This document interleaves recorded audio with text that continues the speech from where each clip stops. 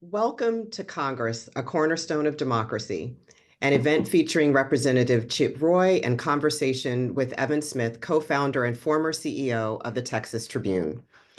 This is the second in a series led by the Karsh Institute of Democracy, bringing members of Congress and other experts from across an ideological spectrum in conversation with the public to discuss the state of democratic institutions, particularly Congress, the challenges, the solutions, and the way forward. Congressman Roy, we've been in dialogue with your office and trying to navigate the congressional and election year calendar, so it's wonderful to have you here with us today.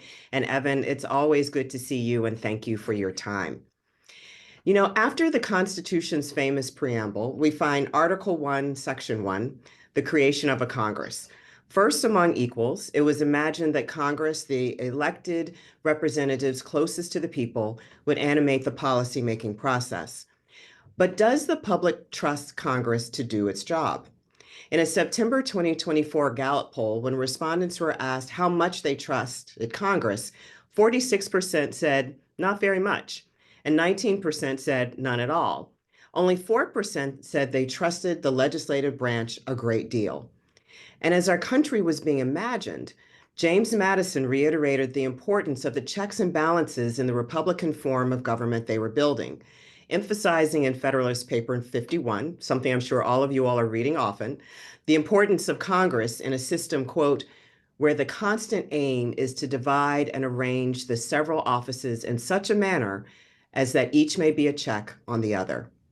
According to a 2024 Pew Research poll, 74% of Americans support that goal and the role that Congress plays in checking the power of the presidency, a statistic that defies party affiliation and has remained steady for nearly a decade. So as we enter a new alignment for the branches of our federal government, how can Congress fulfill its obligation to its constituents and to the Constitution? At a time when more and more Americans believe our democratic institutions can't get the job done, what steps must be taken by our elected representatives to address this challenge, and what boundaries do the Constitution and democratic norms place on those actions? The goal of this series is to host conversations with members of Congress and hear their assessment of the challenge and the steps necessary to regain the trust and support of the American people.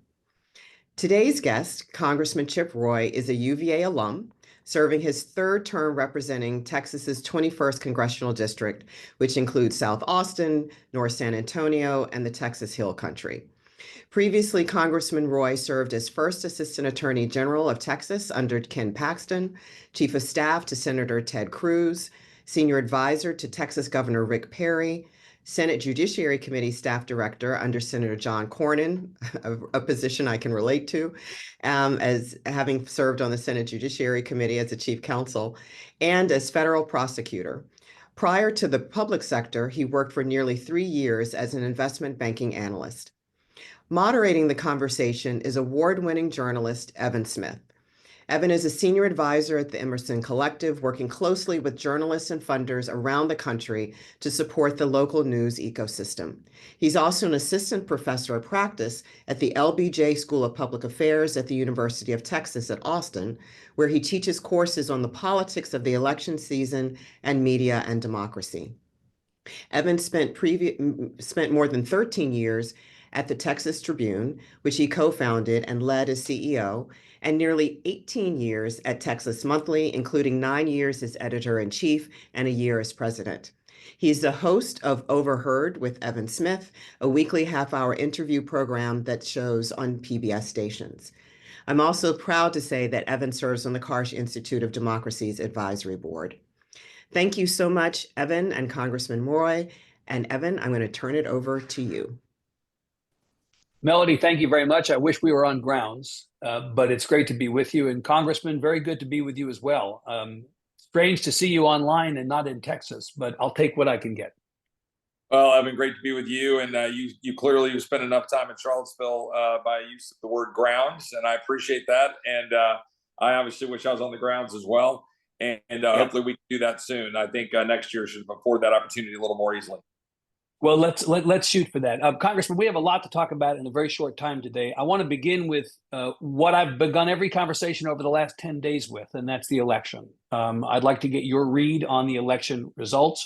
What do you think happened? Why do you think what happened happened? What is your read on the message coming out of Election Day? Well, for most people tuned in, I mean, they probably at least know a little bit about my background. You know, and much to the chagrin of some that supported President Trump from the get-go, I was an endorser of Governor DeSantis, who's a friend of mine.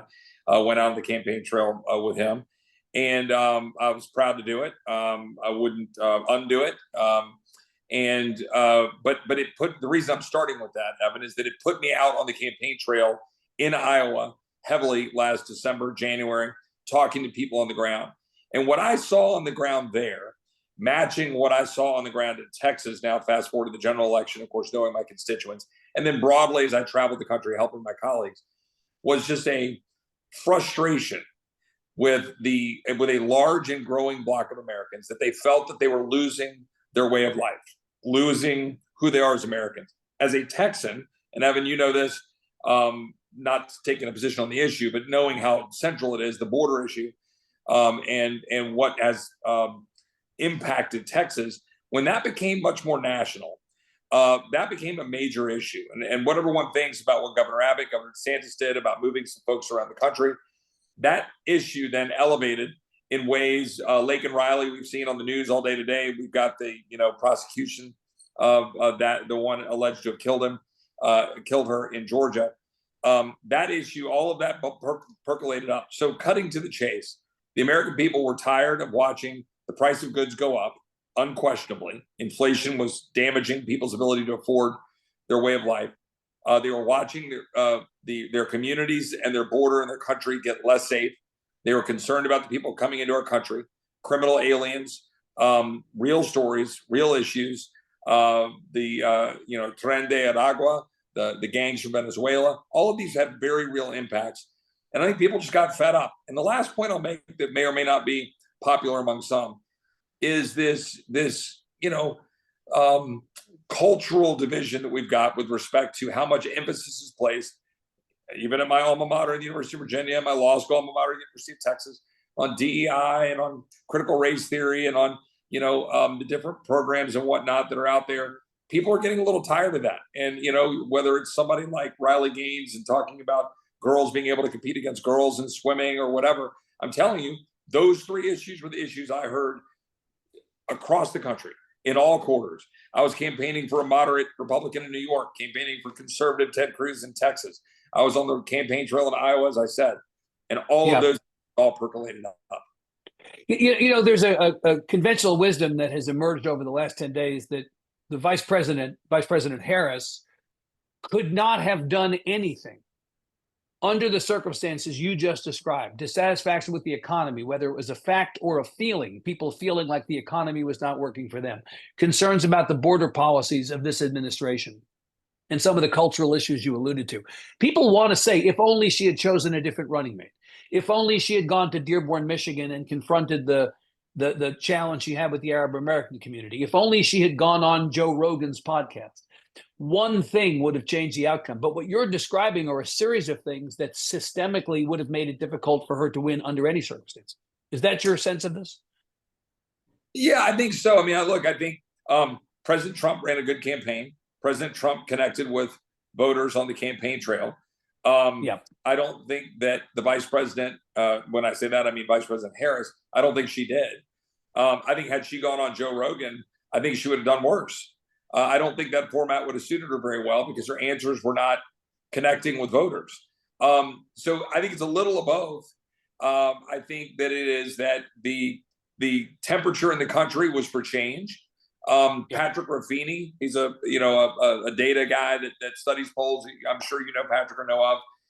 Patrick had a chart that he put up back in, I think, August or early September, where he basically just showed kind of post-conventions, the reversion back to the place where we were in a place for the pendulum to shift.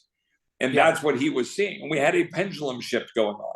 People were tired of the policies that they were seeing. They wanted to see change. There was no way for certainly Biden, but even Harris, to demonstrate change, with one caveat that I'll say as a student of somebody who runs campaigns, been on campaigns. Her answer when she was on one of those god-awful programs that I don't like The View or something, she said something like, when asked, would you do anything different? And she literally said what? Nothing comes to mind, or whatever the exact quote was. That was a moment to me where she basically had a moment to try to set herself out and say, look, I think there are some things we could do better on the border. I think we've got to acknowledge that prices are high. Here are the policies that I would do. I'm being respectful of my, running mate, the president, but I'm now the candidate. Here's what I would do. She never did that. I don't think, for a variety of reasons that I don't think we have time to get into. Well, you would acknowledge hard for her in that situation to be the incumbent vice president and to break with the administration that she served in, right? Like, this was, as much as anything, an election about the status quo. She had to be the status quo in that case because she was the sitting vice president. True, all made and compounded worse. I'm saying this not to point fingers, but made worse by the fact that for 6 months prior to her becoming the nominee or longer, there had been no effort to have a challenge to President Biden. It was all swept aside. Right. Had there been a real process, some of that stuff might have been able to get flushed out last year. I mean, I think if I'm a Democrat, I'm like, by the way, Dean Phillips is a good friend of mine. Dean Phillips, obviously, congressman from Minnesota, who challenged with some criticism from people in his party, challenged the incumbent president, President Biden. Yeah. There's a great picture of Dean sitting out on the campaign trail, and I texted during there. I was out for the DeSantis. I was teaming with Dean. Yeah, and he was sitting alone on the back of a truck with a donut box and a coffee because he was there to meet people, and there was nobody there because the Democrat machine had clamped down on it, and they said there will be no challenge. Well, I mean, maybe Dean, had they been given a little bit of chance to have a challenge, they may be able to flush out some of those issues. But ultimately, your main point, I think, is correct.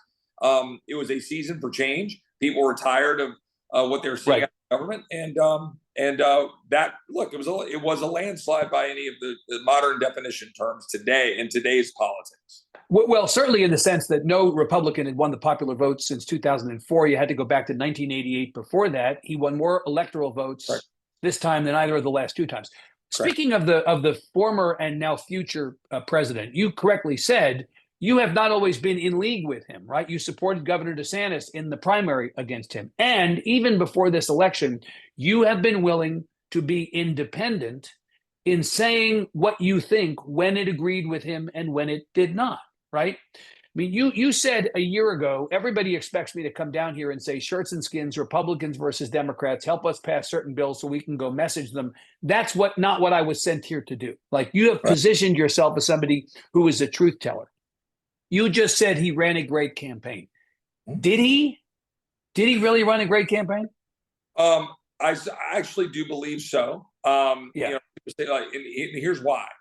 I think, and I actually don't know Susie Wiles that well, or Chris LaCivita. They're not people that I've got long histories with, good or bad. I'm saying I don't have relationships with them. I think if you look at what they were able to do in getting the president, who it is both a strength and a weakness of his, that he does what he wants and he says what not disciplined in the way that a conventional candidate might follow the script, for sure. Correct. I think they ran, statement against interest. I think he should have gone to a debate stage against the Republicans who were challenging. But you complained, in fact, back, I remember, Congressman, that during the Republican primary, you said he's hiding in his basement. You used the Biden line that he used in the election 4 years ago against him. Of course. Yeah. It was competition. I was out advocating for Governor DeSantis. But what I would tell you is it was probably a reasonably smart play. You can question it from the standpoint of what we should do in a republic and whether or not we should have the debate. I would say at least we ran candidates. The Dems didn't. But I think it was probably pretty smart that they just said, look, he's got his base of support. Ignore all that noise. They want oxygen. Don't give it to them. And so they got through Iowa. Then, he ended up being the nominee. And then I think they did a really good job of hammering the issues that mattered the most: border, inflation. But then the last point I want to make, President Trump, whether you love him or hate him, and I promise you on the people listening on this call, there are both, and everybody in between, he did broaden the coalition, and he did change the shape of the Republican Party, partly reflecting a natural change that is ongoing, irrespective of him, right? But also because of him. Look, Robert F. Kennedy. There's going to be lovers and haters on this call. Tulsi Yes, Gabbard. and we'll come to them in a second. Yeah. And there'll be lovers and haters on Tulsi Gabbard and everybody else. But you have to acknowledge, whether you like it or don't, it is a unique and broader and different coalition than the historic Republican coalition. And South Texas Hispanics, Evan, you have to acknowledge. We know this. We know this. Right. Well, so there are 18 counties along the Texas-Mexico border. Go back to 1996. Democrats won 4 of them. This time, Democrats lost all but a handful of them. Mm-hmm. Right? Like, the thing is, the change in South Texas is by the way, not just limited to Texas. You saw this all over the country. Yeah, I understand. And, we won 12 of the 14 border counties. We won, for example, where Eagle Pass is in what is that, Maverick County? Maverick County. Maverick County, which is I think 90+% Hispanic. Right. Trump got 57% of the vote. Like, people have to understand that A, he resonated with them from a leadership standpoint, and B, relatedly, people were fed up. I had Democrat county chairmen down there. County judges and officials and sheriffs who were just lambasting Democrats, lambasting Biden, lambasting Harris because of what they were dealing with the rampant abuse of parole and CBP-1 app and the openness of the borders and the danger and the fentanyl poisoning. Right. Let me ask you, how much of this, I mean, look, acknowledging that the demographics went entirely or almost entirely the former president's way, the only 2 demographic groups that voted more Democratic from 4 years ago were 65 and older and college-educated women. Every other demographic turned more red. If you look around the country, Congressman, in the states in which the former president won, but the Democratic candidate for Senate won, do you worry that this was more about him than it was about it? In other words, how much of this was loyalty to him and how much of this was a marked decision to support a conservative agenda? Because if that were the case, Cary Lake would have won, Sam Brown would have won, Mike Rogers would have won. We still don't know the outcome in Pennsylvania. Looks like McCormick will win, but that's still being relitigated. Around the country, Democrats outran Harris, Republicans underperformed Trump. So why is this not just about him, is the question. Well, we got to look at all the data first and pour over at the end. A number of us did outperform President Trump in our districts. I did in 2020, even when I ran against Wendy Davis with, as you know, a very expensive $30 million race in a tighter district when I represented more of Austin, which I thankfully represent less of now for my political well-being. But this year we outperformed President Trump. I had a number of my colleagues who did. I studied that data yet. I'm waiting for them all to finish and then kind of analyze it. But you were right and wrong. Like, I think it is a big deal that we won in Ohio and won the Senate seat there. I think it is a big deal that it's likely that McCormick is going to win. I think it's a big deal that there were still 3 or 4 Senate races that were within spitting distance in Wisconsin, in Nevada. You mentioned Arizona, and that has its own complexities. But there are, I think we got to study that. I think there is 2 things going on simultaneously. One, the shifting sands of the makeup of the Republican Party, the direction, the frustration of the Democratic Party, which I think is going to be doing some introspection, which everybody does after every loss. And then on the other side is President Trump and the forces at play there. I think where Republicans underperformed in a couple of those states, you could argue that we didn't spend enough money on some of those states rather than focusing on certain other states. A lot of money was spent in Maryland. Yet, Governor Hogan got beat pretty soundly. Whereas, we spent money in those other states, but if we'd have focused a little bit more on Wisconsin, Nevada, we might have been able to pull one of those off. So there'll be a lot to look at. Demographics, right? Now, who are we talking about? We talking about upper income, college educated white voters versus where you've got a significant Hispanic bloc. I would think that we will be able to do well in Arizona going forward. And I think the playbook. You think that was a Cary Lake problem more than a Republican Party problem? I think you have. Let me just put it to you this way, because I've never really spent any time with Cary, but you have multiple personalities there that are big, right? It's not just Republican versus D. You're talking about, you got the President Trump dynamic, you've got a Cary Lake dynamic, you've got, the shifting sands of the Republican Party and the Democrat issue with Kamala Harris. There were so many variables at play that it's hard to analyze it fully. Yeah. You mentioned Robert F. Kennedy Jr. Let me move to the conversation this week. I mean, the president is nominating people at a breakneck speed. While we're sitting here, he just nominated somebody else to be communications director. I don't even know who it is, but I see the words. Break some news. I don't know who it is, but anyway. Well, but I see the word, the letters UFC in the push notification on my phone, so I can't wait to actually see who it is. I don't think it's Dana White, but it must be somebody. But I want to ask you about RFK Jr. and I want to ask you about Matt Gaetz, because of all the nominations that have caught people off guard this week, those two did. The Kennedy one sort of shouldn't have, because there was some talk about this. The Gaetz one absolutely did. On Kennedy, you favorably commented on the Kennedy nomination on Fox yesterday. Yep. Congratulations to Robert F. Kennedy Jr. I look forward to working with him and other disruptors, we'll come back to that word, coming to DC to promote health freedom. There are people who are concerned about what he will and will not do in that job. Tell me why you have confidence in him for that appointment. Well, first of all, I've gotten to know him. Well, first of all, let me just stipulate, I'm suspect of everybody in Washington, including myself, right? Like, my natural state of being is to be suspect of this town. So right. I will be looking to have oversight over Robert, over Matt, if he's confirmed, over Tulsi, over everybody in the Pentagon and Pete Hegseth. Oh, that's my job. Right. I take that very seriously. Article 1.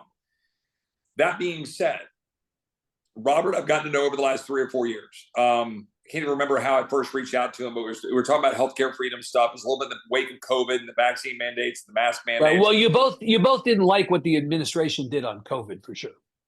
Yeah, including the Trump administration and Biden administration. I had significant concerns with both. And so Robert and I got to know each other. He came and testified at a judiciary hearing. My son was there, and Robert, and we talked, and then we just started a relationship over the last few years talking about these things. We don't agree on everything. He has spent a lifetime being an advocate of pro-choice policy positions. I'm pro-life. We've got other differences of opinion. That's okay. I mean, and I've always had that view that you can have differences of opinions. It's a matter of where do you want to take things. It is my personal view that both the power of government and the power of corporations has come together in ways that are undermining the ability of average hardworking Americans to live their lives, be healthy, get the care that they choose, get the care that's best for them, and importantly, have healthy options.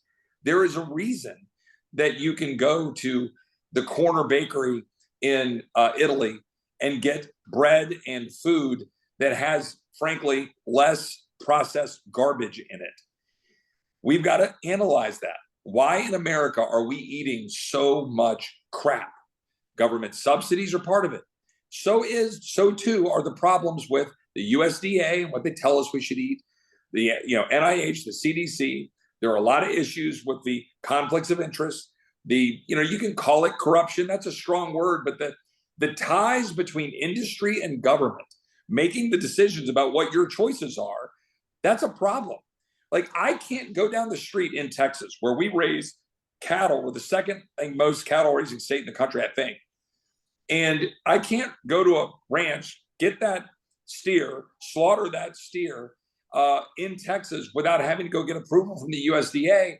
And they've got all their interests with big corporate houses. And that is a barrier, right? You can't get local food to market without dealing with all the issues. The SNAP program, we fund 20% of that money is funding sugar drinks. I mean, think about that. We have a real problem in terms of healthiness. The second part of it is the collusion, the power, the cronyism, I use that word, of pharma. And I'm a cancer survivor, glad to have had a great drug created by pharma. I'm not against pharma. In fact, I got hit by Wendy Davis for being in the pocket of pharma because I said something good about pharma for making a good drug. But pharma, insurance, big hospitals, those guys have too much power over you, Evan, over me, over our families, our inability to go to the doctor of our choice. We have got to break that down. I was on Mark Levin last night, and Mark, I was ranting about this. And Mark says, you're starting to sound like Bernie Sanders. I said, Mark, what I'm saying here is there is an importance of breaking this down and returning the power to people to make decisions about their health, their well-being. Yeah. And that's why I think Robert is the disruptor we need there. I'm not going to agree with him on everything, but he has been very earnest and open. I've met with him a bunch, and I feel like he will shake things up in a way that need to be shaken up. All right, very quickly before we get to Congress, which of course is our remit today, you are supportive of Matt Gaetz's nomination as Attorney General? Yes. I mean, look, I've known Matt for a long time. He's, he'll have to go through the confirmation process. That's important. We can have some debates. Obviously, we'll see what happens and whatever they do on recess appointments and everything else. I'm a favorite. I favor, as you would expect, a full confirmation process. I think that's important in advise and consent. The Constitution contemplates it. So I think we're going to have to kind of work through all of those things. It's important to defend those institutions. But like Matt is a disruptor. I believe, and I'm a former assistant United States attorney, as you know, prosecuted in the Eastern District of Texas, former first assistant attorney general. But I believe that the Department of Justice has been taken away from its main focus. I think it has been engaging in the targeting of folks and politicized prosecutions. I'm not even talking about Jack Smith and all those high profile things. I'm talking about people that are prosecuted, 50-1 on the FACE Act because you go exercise your free speech rights, when you go to an abortion clinic and protest, which again, if you're blocking somebody's entry, that's misdemeanor laws and you should have to be prosecuted for that. But we're putting people in jail for years, put an 80-year-old grandmother in jail for years because of the prosecution of the FACE Act, and they're very tilted.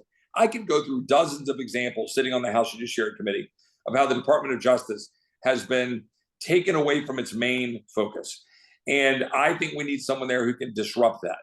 And I know you said, in fact, in your introduction, it's like, well, you use the term disruptors, and quote, we'll come back to that. What I mean by that is, and this is nothing new for me, this place is badly broken. I just gave an interview coming off the House floor where I pointed the finger at both Republicans and Democrats, right? We are all guilty of spending money we don't have, empowering bureaucrats contrary to the Constitution in Washington that are far away, removed from the American people, that are regulating us to death, abusing government, because once you've got the power, you're going to abuse it. Republicans will too. We don't want to have power in the hands of people to be used against the citizenry. I think Matt stands against that. Matt is controversial at times. Matt and I violently disagreed, politically violently disagreed, about the application of the motion to vacate against Kevin McCarthy about a year ago last month, right? I strongly disagreed with that. But it is that impulse to disrupt that I think is needed at the Department of Justice, because DOJ is far away from its mission. With all due respect to Merrick Garland, it has been, I think, a disservice to this country. All right, Congressman, so you have concerns about that institution. Let me ask you to go a little bit deeper on your concerns about your own institution. So there is a sense out in the world, and you've given voice to some of it here today, that Congress is broken, that it's non-functional or fully dysfunctional. Do you agree? What's the problem if you agree there's a problem? And what is the prescription to fix it? Is it fixable at this point?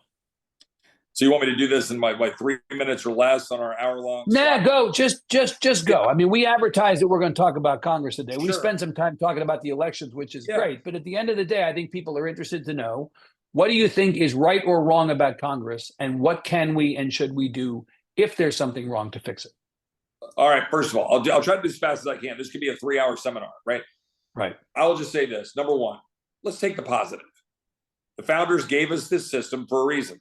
The House has to go back and respond to the people every 2 years, right? The Senate, 6 years. You got the House that's supposed to be a little hot, the Senate, which is supposed to be the cooling saucer. In broad brushstrokes, that remains the case today. That you're seeing it in real action. I think we have some structural, maybe that's not the right word. I think we have some core problems in the House and the Senate that frankly would have been predicted by the founders in significant ways. That is exactly why they set the system up the way they did. But what we have right now is, I think, you've got some gerrymandered districts in the House, which do not enable us to, I think, have truly competitive races mostly around the country. And you believe, Congress, let me just stop you. You believe that the gerrymandering of districts is a problem? Yeah, I don't think it's ideal. I mean, look, it's always going to exist. The reason it's called gerrymandering is it goes back a long ways, right? I guess we should call it gerrymandering, right? But it's not new. It's time certain, but it is a problem because it's not reflective necessarily of where the people are. And it's not just because lines get weird. I mean, my district is pretty compact actually, but it's got some parts of Austin, parts of San Antonio. Right. But you know, there are other districts in Texas and elsewhere that are drawn purposely for the purpose of electing people. And ultimately, non-competitive elections produce the polarization that we're talking about. Primaries become general elections. Well, and let's not ignore the impact of Section 2 of the Voting Rights Act and its application and what that means, because you can't always move districts around without running afoul of Section 2. So it gets very complex. My point is just to say those districts aren't always representative. But let's get to the core of it. The institution that, to the extent that it is broken, none of it's new, is that there's no limit on what we can spend. And I don't say that as a fiscal hawk, even though all of us should be fiscal hawks at $36 trillion in debt. Like literally everybody should be a fiscal hawk if you want your country to survive and your kids to live in a country that is functional. But what I'm saying is there's no breaks. I sat in a room yesterday with Republicans coming off of a mandate, talking about organization and unity. And we were offering rules, amendments to our own conference rules packages. And we only got one small tweak rule passed. Every other rule was defeated by the lion's share of the conference over some of us trying to put boxes around and cabining in the things that cause runaway spending. When we go to the floor and we suspend the rules to jam through a multi-trillion-dollar bill. 2 years ago, when we had to fight over Kevin McCarthy, we were trying to democratize the House to a degree, force more involvement by more people, have more of a say in the Rules Committee and how things get to the House floor. And for the first 6 months, maybe even a year, we actually made some material changes in that way, in terms of the influence, both within the Republican conference and the House generally. But my Democratic colleagues would be correct that by the end of this Congress, we've failed. There have been as many closed rules, which for those who don't know how it works, a rule is how we structure what gets to the House floor. A closed rule means take it or leave it. This is what's going to the floor. An open rule or a structured rule means, well, we're going to allow amendments. There'll be some debate. It'll be open instead of just bring a bill to the floor and you get one bite at it. That's where I think our institution is broken. We don't get a chance to put something on the floor and then say, okay, we're going to amend this, debate it. You know, we passed $26 billion NASA reauthorization on suspension with no amendment and no debate. We passed a $500 billion continuing resolution in September until the end of December with no amendment. It just passed by suspension of the rules. I can go through lots of examples where I think that's what's broken. The last part that I'll make about it. But of course, Congressman, I'll point out, it's your party that's in charge of the House right now, right? I'm pointing at ourselves. I'm pointing at Republicans. I mean, the reality is that both parties have done this over time. And what's the answer? Look, I think the answer is we have to have some mechanism that forces us to constrain spending, or we'll never fix it. I'm just cutting to the chase. But what's the mechanism? Well, I mean, you could say we need a balanced budget amendment, although I think there's ways in which we'd end run it. I think we've got to either take the debt ceiling seriously, or we've got to come up with some political mechanism to hold our members accountable. Like I've come up with ways to say that, you know, members shouldn't be able to raise money if we haven't passed a budget that balances within 10 years by a certain date or whatever. But we also have to be honest, and the media needs to help hold account. Like take, for example, not to digress too much, we've got all these promises for tax cuts, right? We've got the no tax on tips, no tax on overtime, no tax on Social Security.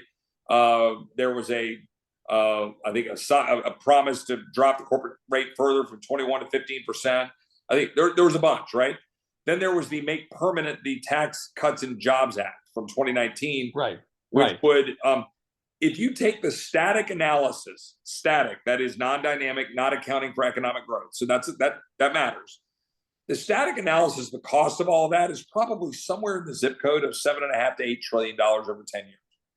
Yeah. Now, I keep raising that issue. And I've got Republicans who go, well, tax cuts always pay for themselves. I'm like, well, hold on. I do believe some tax cuts pay for themselves. I believe some tax cuts ought to occur even though they don't pay for themselves, because I want that money to remain in the pocket of a hardworking American or a small business owner. But you can't be blind to the fact that we can't go around complaining about deficits and then just say we're going to throw more tax cuts to it and then not deal with the spending side or corresponding tax side. So, well, I appreciate your honesty in bringing up the 2019 Trump tax cuts, because one of the reasons that the deficits grew during his time in office was that tax cut was, in fact, a contributor to those deficits going up. One would imagine if you're concerned about deficits, you would oppose such tax cuts. Well, to a degree. Now, hang back for a second. What my position is that we should be embracing deficit neutral, or frankly, deficit reduction policy, and not say that we're just going to go past tax cuts for the sake of it. Let me back up on the 2019 tax cuts. The total corpus of the tax cuts in 2019 included corporate tax reductions from 28 to 21, which I supported, although I was a candidate at the time when it passed. I was not in Congress yet, because we needed to get on parity with the worldwide stage and get economic growth, because we were getting crushed by overseas tax rates being low. And then the other tax cuts, some of those were family, there were child tax credits, there were other things in there. It's complex. But the bottom line is we had massive tax revenue, the highest in history in 2020, among the highest as a percentage of GDP. So I would argue we didn't really have a revenue problem as much as a spending problem, however, COVID spending. Yep. Then you take that on top of the fact that now what you're talking about renewing on the tax cuts, it's not the corporate rate. That's permanent. Now we're talking about are ones that are not as much about economic growth. My argument right now is no one has yet showed me that what we're talking about doing will remotely come close to paying for itself. So if you care about deficits, you've got to marry that with some question about the tax policy plus spending restraint. Are we going to remove the corporate subsidies under the Inflation Reduction Act for all of the climate agenda? Are we going to redo and deal with some of the student loan payoffs, right? Because that was almost $1 trillion, Evan, dealing with forgiving student loans. Like, there is a whole bucket of stuff that we just spent. And by the way, don't sleep on how much that angered the average plumber who didn't go to college, or the person like my wife, Kara, that you asked about before, who was the product of a single mom, took on student loans at Texas A&M and at UT Law, and we're still paying those loans today. And yet somebody else had their loans forgiven. That pissed some people off, Evan. So ultimately, it's going to be about reducing spending. And at that point, then Congress will fight over the choices available to them to do it. That's what you think it should be. Well, and I think just for all the listeners out there, if you don't believe me, just imagine what would happen in your own family or your own business or the University of Virginia or wherever if you simply just started saying, well, you can enact whatever policy you want to, buy whatever thing you want to without regard to budget. Pause for a minute and think about what that does to you in terms of your ability to function. Because then your wife comes in and says, well, let's take this vacation. The husband comes in and says, let's buy this new car. Let's send our kid to this school, or let's do that. Well, do we have any limits? No. Well, now you're just borrowing money, and you there's no brakes on what you're doing while you send off to collapse. So now we have no restraint. The last point I'll make on that is that then doesn't force me to sit at the table with my friend Abigail Spanberger, a Virginian, or Dean Phillips, or Hakeem Jeffries, and say, guys, we have a cap, and we only have this year $4.5 trillion of income. And how are we going to spend that money? Guess what we would have to do? Sit at a table like a family or business and go, well, crap. Well, here's how we're going to spend it. We don't do that ever. And that's something you're willing to do. You're willing to work with the other side on that 100%. We have to. So come back to the institutional piece of Congress and the degree to which Congress, whether it's a Republican or a Democrat in the White House, believes that it is necessary to hold that other branch, the executive branch, accountable. Do you think Congress has done a sufficient job of that? Not hearings for the sake of hearings or hearings for the sake of cable television hits, but hearings that actually imagine, going back to what the Constitution imagined, that Congress would play that significant check on the executive. Yeah, well, go back to 2018, just so I'm bipartisan here, in 2019 to 2020, when you've got the president in there, but then you go to Democrat control, and go back to the Obama years, we had all the trifecta of Democrat control. What I would tell you is we're not as good at it when our guy or gal is in the White House, right? We're not as good at that oversight. So we're going to have to double down as Congress right now. If we're going to be, well, you're going to have a chance because you're going to have both parties now controlling. You're both a house is controlled by you guys. Right. You can hold your guy if you want to accountable. The pressure's on us to do that. But let me give you an example. I introduced the Article 1 Act in 2019, I think, from memory, while President Trump was in office. That was to remove or diminish the emergency authorities of the president without having to come to Congress to get Congress's affirmative extension and approval. In other words, I think those things should expire. If you declare an emergency and you're acting under the emergency, I think they should expire. We're operating under emergencies dating back to like 1979, mid 80s. It's crazy. And for example, we're operating under the authorization of the use of military force in the Middle East from 2003. Barbara Lee, hardly a conservative, right? Barbara and I don't agree on much. Barbara and I introduced and worked together on an AUMF repeal bill. I introduced the Article 1 Act. I had Democrats who supported that. I think I even had, I can't remember which of my more radical Democrat friends who were, and it might have been, rest in peace, Sheila Jackson Lee. We had a couple of others who were saying positive things about the Article 1 Act. I introduced it under Trump, was advocating for it under Biden. We're trying to get that passed. Guess what? Now I'm getting some resistance from my Republican colleagues saying, well, not so fast. We might need to use some of those emergency powers. And look, I understand it, but if we don't figure out a way to get back to the institutional protections, like take the filibuster. That's a good example. The filibuster right now, how many Republicans do you think now are saying, screw it, you guys want to get rid of the filibuster? Great. Make our day. We're going to use majority powers to run stuff through the Senate. Chuck Schumer, I mean, I'm going to point the finger at them now. And they opened up Pandora's box through the summer saying, yeah, maybe we should get rid of the filibuster. Now Chuck's on the floor in the Senate yesterday kind of going, hey, can't we all get along? Can't we all just sort this stuff out? The reason those protections exist is so that you don't have wild swings. That's why the filibuster, the 60 votes, that's why it matters. I worked in the Senate for 7 years, and we ought to be wanting to protect that. But I am sympathetic, I cannot lie, Evan, to Republicans who believe right now that our Democrat counterparts will rip off the filibuster as soon as they get trifecta power again. They believe that, and I got to tell you, Evan, I believe they would. So what is an institutionalist who thinks his country is hanging on by a thread and that we need some significant reforms? What do? Do we stand up and say, no, protect the filibuster in the Senate because we think that's good for the long-term health of the country? Or do you say, look, they're going to rip it off anyway, so go ahead and rip it off and go use your majority powers? That's the conundrum that we're going to be wrestling with literally in real time over the next few months. Well, you're going to have to decide which of the norms you want to keep, understanding that if you get rid of them when the other side is in charge, they will also gotten rid of them. I mean, you alluded earlier to the idea of recess appointments versus going through a full Senate confirmation hearing. You came down on the side of the latter, right? You want a full confirmation hearing. Or, there's a CNN story today that says that they may not run nominees through FBI background checks. So they may go their own way on background checks. And that's also another norm that you'd be getting rid of if that happened. So having worked on many confirmations over in the Senate Judiciary Committee on Supreme Court justices, and left and right, everybody, but I believe you ought to have an ordered process. It's up to the Senate, advising consent, Senate to figure out what they're going to do. And those have changed over the years. I wouldn't get too wrapped around the axle about who does the background checks and whatever. But I think you need the background checks. You need information to know what you're talking about.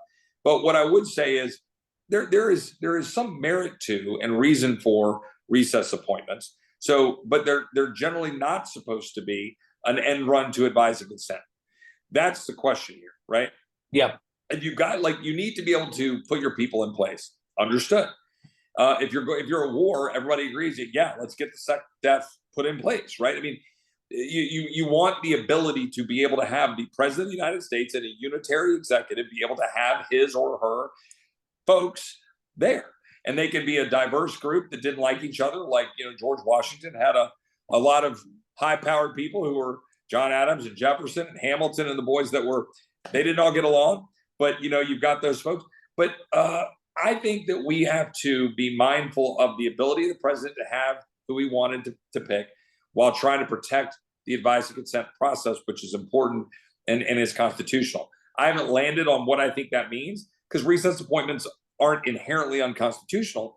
But if you take the recess appointment too far, so you undermine advice and consent, then that certainly raises those constitutional questions and the norms you just talked about. So I actually need to dive into and study that a little bit more now that that's becoming a little more central to the whole conversation. Good. So, Congressman, we have some questions from the folks watching today, and I want to move us over to asking some of those. So you had mentioned gerrymandering. Mm-hmm. You had expressed some concern about the impact of gerrymandering. Questioner asks, could you comment on the federal government's role in addressing state-level electoral practices, including potential voter disenfranchisement and the disparate impact that these practices might have on different communities? You've heard a version of this question coming from Texas. Does the way the redistricting process in Texas works adversely disadvantage certain communities? What do you think about that? Well, I think, first of all, kind of take it serious. I think the first part of the question is whether the federal government should be pushing itself into state affairs. Was that the first part? Should they be addressing state level electoral practice? Right. Yeah. So what I would argue, a little bit different question, things like the SAVE Act, which I introduced to require documentary proof of citizenship to vote in elections. People say, well, Chip, you're a federalism guy, so why would you do that? It's like, well, because the Constitution contemplates that Congress can ensure that their own elections are handled properly, as well as naturalization issues. There is a role for Congress. That was a long-winded way to say in doing that. The question here, though, of course, is about in terms of redistricting and how we handle the maps and whatnot. Look, there is a federal role dating back to 1965 under the Voting Rights Act. So the 1965 Voting Rights Act inserted the federal government into that question.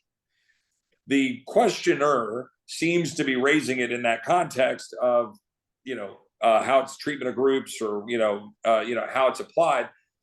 The federal role dates back to dealing with those issues with the Voting Rights Act. Obviously, that has had evolution over time with the reauthorization of the Voting Rights Act in 68, 72, 82, this is from memory, 06. In terms of when those were reauthorized, fast forward to then the Supreme Court decision in 2011 or 12, dealing with Section 5 all those issues. I know this isn't a Voting Rights Act question. I'm sorry, I'm nerding out a bit. All of that stuff is to say, of course, there's a federal role, and it's existed now for 60 years plus. The question becomes, how much is that role? I tend to say that role should be relatively minimal, and it should be deferred back to the states in the absence of some very specific reason for the feds to get involved, because it's a violation of your actual constitutional right. That's the question. Right. And so I would argue that, what we're dealing with, for example, let's take the citizenship question. Should we be figuring out what we're dealing with in terms of apportionment? Should we be apportioning based on a non-citizen population? That's a real issue. And in fact, Texas would probably lose a seat or two, but so would California. So would maybe New York. I don't know. But I tend to believe that we should apportion based on citizenship. I realize that is a whole controversial debate for another day, but those are real issues that affect Texas in real time, because they affect the electorate, they affect Congress, they affect the Electoral College. So I think clearly there's a federal role is what I'm getting at in all of that. I start with deference to the states, constitutionally speaking. Okay. Let me ask you about the level of trust that people have in Congress. Gallup poll from May, a questioner notes, shows that Congress's approval rating is 13%. That was the 16th consecutive rating under 21%, which was the average since January 2021. Country doesn't agree on much, the questioner says, but there's little disparity in the way Congress is seen by Democrats and Republicans. Nobody likes Congress. Is it really as bad as all that? And again, how do you raise the level of trust? I mean, in some ways, that's been the theme of this entire conversation. So funny enough, the bill that Abigail, my fellow University of Virginia graduate, and I introduced, the Trust Act, or Trust in Congress Act, whatever it's called, to ban stock trading for members of Congress. You know, you got to put yourself in a blind trust, use mutual funds. She's obviously leaving Congress, so we're actually transitioning it to another Democrat, which I won't name yet. It's not public, but my point is, it's funny, we named it the Trust in Congress Act because Abigail came to me, we were talking about the issue, and she viewed it through that lens. Like, people don't trust Congress because they think people are enriching themselves. Well, it's only a small handful of people for whom that's kind of true, that they might be involved trading in ways that seem to be conflict of interest. But I thought it was important to try to clear that off, to try to restore trust, to try to make people believe in what we're doing again. It's always funny though. Like, I always joke when I'm on the campaign trail, and when when my colleagues here in Congress get mad at me for whatever I'm doing on both sides of the aisle, because it happens in both directions. And I'll say something, you know, and they'll say, Chip, what do you don't like us up here, or whatever. I'm like, look, man, you guys poll as an institution at like 15, 16, 18, as you just said, 13%. So if I oppose Congress, I'm with 83% of America, right? So this is one of the reasons, jokes aside, why I'm not afraid to take on Congress. I'm generally on the side of angels with the American people when I'm challenging Congress. And I'm trying to challenge the status quo up here. But that being said, I would say that it is understandable, but there's a reason why most Americans go, I hate Congress, but I like my congressman. My congressman. That almost always is the case. It's been that way for decades. It's because it's easy to kind of hate the man and the institution. When you get up here, we'll go members, we get along, we do stuff. There are prayer groups, we, see each other in the halls, do stuff together. Most of the people are up here for good reasons. We have structural and institutional problems that we've got to figure out how to overcome if we want to save the country. And whether or not they like us or not, or whatever it polls as an institution, all that really matters is how the 750,000 people I represent feel about how I'm doing with them. I'm heartened when I go across the country and I'll see people in airplanes, whatever, and they'll see me on the floor, give a speech, or some radio news program or something, and they thank me for standing up for them. That means a lot. But we're not going to restore a high level of trust or affection for Congress unless we frigging deliver. And delivery competence. That means I'm just going to cut to the chase. Stop spending money we don't have. Until we do that, we will fail. That's one message. If you take away anything from this call, that's it. It's the problem. I promise you, if I could put in a cap right now that says if you go over that cap, you lose your job, you lose your seat. I promise you, things would get better like that. So we have about 5 minutes left. I'm going to ask you one more question, which is probably the friggin' deliver question to your last answer. Okay. And that is this: Republicans are now in control of the House, the Senate, and will be about to be in control of the House, Senate, and the presidency. What is your sense of whether the budget process will get back on track? The authorization and appropriations process, fewer large omnibus bills, continuing resolutions that cause uncertainty, and so forth. That is the ball game, Congressman, is it not? It's certainly a big chunk of it. Obviously, I set out 2 years ago to try to improve that. I think we made progress and then hit the wall. We processed, I think, about 1,200 amendments. We hadn't done that in like a decade. We passed 7 appropriation bills out of the House. We probably could have passed 10, but we kind of ran out of time. We had the McCarthy issues, but we passed 7. This year, I can't remember how many we passed this year, but we could have, again, probably passed 8 or 9. But the Senate hadn't passed any. Now we have control of it all. We're going to have to deliver. And that means we're going to have to get it done. But it's not easy, okay? Because every one of those appropriations bills, they hit some wall in each one of them, right? They hit some block of the House or the Senate when you're trying to patch together the votes you need. They hit some wall on some issue, right? And so that's what we're going to have to try to work through if you want to get the appropriations process done. I, for one, believe if you want to fix it, we should go to 2-year budgeting, 2-year appropriation cycles, so you can spend that time and get it done right. We don't have enough time. It's too big of a budget with too much stuff going on. I say that I would shrink it all, but that's me. But it's too much. you can't go through it all. It's a massive amount of stuff that is hard when you have 435 independent actors, right? I mean, I always joke I'm 1/435th of 1/2 of 1/3 of this thing that we call the federal government. I can't just do it. I can't just decide. That's the whole point of it.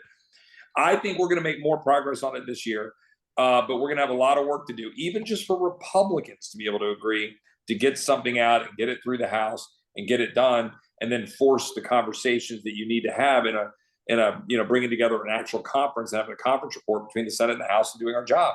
Again, I will stipulate, Evan, until we decide to set a limit and all agree to operate within that limit and then roll our sleeves up, it'll be very hard, because Democrats will say print more money and say that the excuse is we should tax more people. And Republicans will say print more money because we have to for defense, and trust us, we're going to deal with that mandatory spending one day with some fiscal commission, but I won't touch it now because I can't touch the third rail. And so then we end up at $36 trillion in debt. You have found yourself over the last couple of years in the middle of conversations around who should be speaker. You have the current speaker, who is likely, if not certain, to be the speaker in the next Congress, right? Is he the guy to do what you just described? You have confidence in him? I mean, you haven't always seen everything with him eye to eye, but do you have confidence in him to be the guy to lead the body to do what you just said? Look, I think Mike reflects a conference, Republican conference, and a House that has its own sets of issues and divisions, which make it difficult to move everything through. If that seems like a punt, it's not. I mean, you get the speaker reflects the conference, right? Just like one point I meant to make about Congress, we reflect the people, whether you like it or not, right? Because of that 2-year process, we have to go back. We do reflect the people. If you're a conservative that doesn't like, Ilhan Omar, well, there's a large block of voters in her district that send her there. If you don't like AOC, there's a large block of voters that send AOC. If you don't like Chip Roy, I currently have a fairly large block of voters who like what I'm doing and send me there. We do reflect our folks. It does work that way. We're a divided country. We've been a divided country. Bush, Gore, 2000. You and I lived that up front and personally right there in Texas. This is not new. And by the way, when everybody says how bad it is, when was the last time we had a vice president and secretary of treasury dueling on the street? Well, that was in 2 or 3 or whatever that was. And so we've been divided from the beginning. You just have to figure out how to manage through it. Long-winded way to say, let me answer your question. Mike's a friend. He's a good man. We've done a really good job in the last week working to get people in a room, figuring out how to get through some of the issues that were already laid bare 2 years ago with Kevin. Kind of unfair. Kevin took a lot of the incoming while we were trying to reform the House, worked hard for 9 months trying to keep it all together, and it blew up. Mike's been doing that for the last year. He's learned. I think we've done some good things in the last week, but we have more to go. You ask if he's the guy to deliver. I think his temperament and personality, tenacious, works hard, travels all over the place.